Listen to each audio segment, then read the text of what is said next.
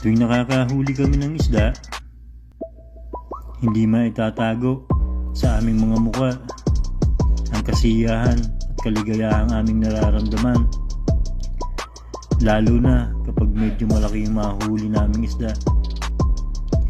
Ang kaligayahan na yon ay hindi dahil sa may maiuulam na kami, kung hindi dahil yon sa katuparan ng kagustuhan namin na makahuli ng isda.